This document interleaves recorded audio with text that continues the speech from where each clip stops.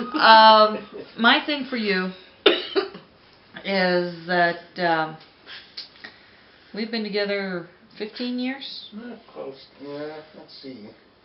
We haven't drove each other nuts yet. Of course, there was that time we did go to the therapy for that, you know, literally. It wasn't that necessary. It was actually when we first started seeing each other. But then again, we ended up with one with the kids. You know. No. But when I have my issues where I can't do things, you step up. Even though most of the time I'm trying to take care of Dad and seeing that he's taken care of, and where's your oxygen? Why didn't you take your pills? You know, why aren't you eating vegetables? Okay, if it has a mother, it has cholesterol. What part of this do you not understand?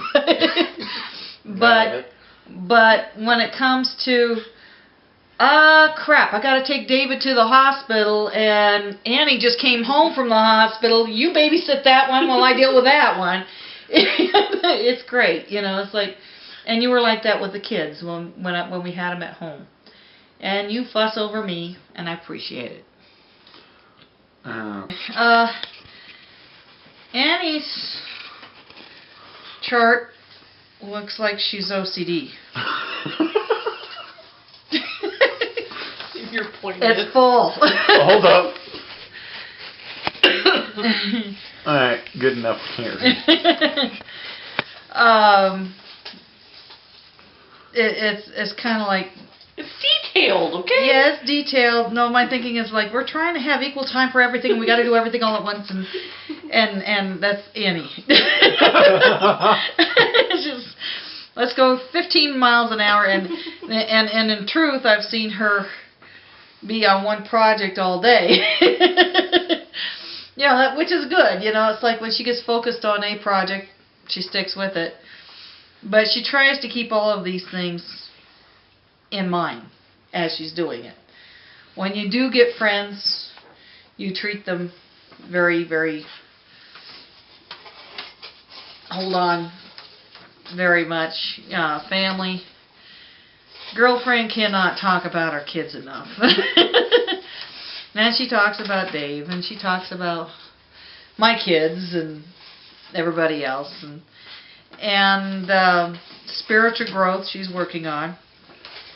She wants to be a good kid about that. School, we're trying to work. That's one of those, same thing with David. You know, if disaster can happen with school, it's been happening, but he's trying it. She's working on self. She's doing her nails. She usually does her hair. Today, of course, today's been kind of screwy.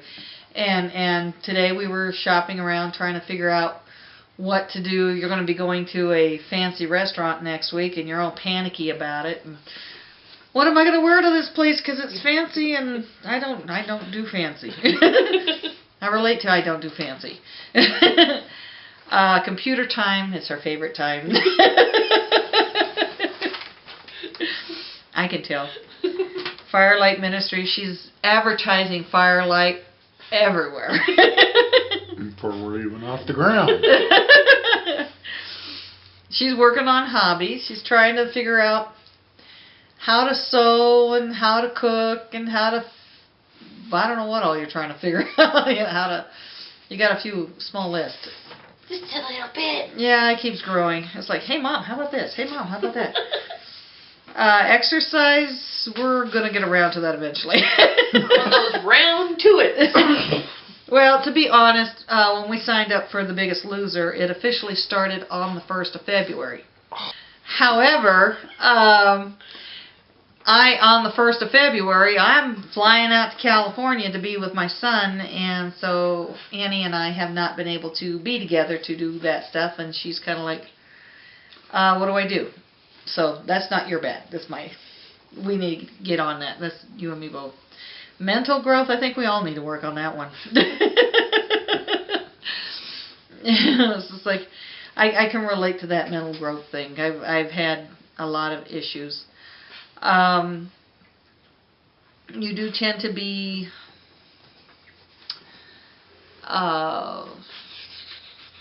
what's the word? You know, when you see something that bothers you, you tend to attack it a little bit. And you tend to, it's like one time I was like, you know, you need to learn to listen before you say something, and it's easier to listen when you're not talking. That's the only really big thing. It's like, you know, listening 101 type of thing. You're learning to take your emotions and put them in boxes. It's not that I have a problem with emotions, okay, everybody? Emotions, like everything else, has a place and time. When I'm in the middle of taking David to the emergency room and I got Annie who just came home from the hospital, that's not the time to go, no, it's not a good time. But anyway, you know, that's the time to, you know, take my emotions, open my little box, stuff it in there, shut it, lock it, bolt it, you know, throw away the key for a while, and deal with the issue. Once the issue's over and done with, we pull out the box, look at it, go into the box.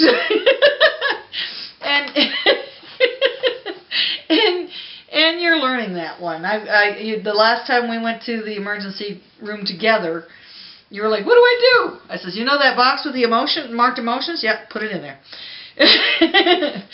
When we had a minute, you were allowed to take it out and scream into it, and then close it up again. So that's, you know, it's just mostly controlling your emotions and your need to verbalize everything. It's one of those, I love you. Love you. That's about the only really, you know, because you try so hard. Okay, I love you. I find them very, you know, things that she's, I don't know, working on, and yeah, I have to agree somewhat with Mom on jabba jabba, yeah, type thing. You know, the thing I think, what I've told other people, you know, engage your mind before you start talking. Because at times, if you do that, that does force you to be quiet for a little bit and just really think about what you're going to say before you just spit it out. In other words, and I know I've done that too, and at times you gotta be careful because that can get you just opening up the mouth and speaking before you even thought about it. And I've done it quite a bit.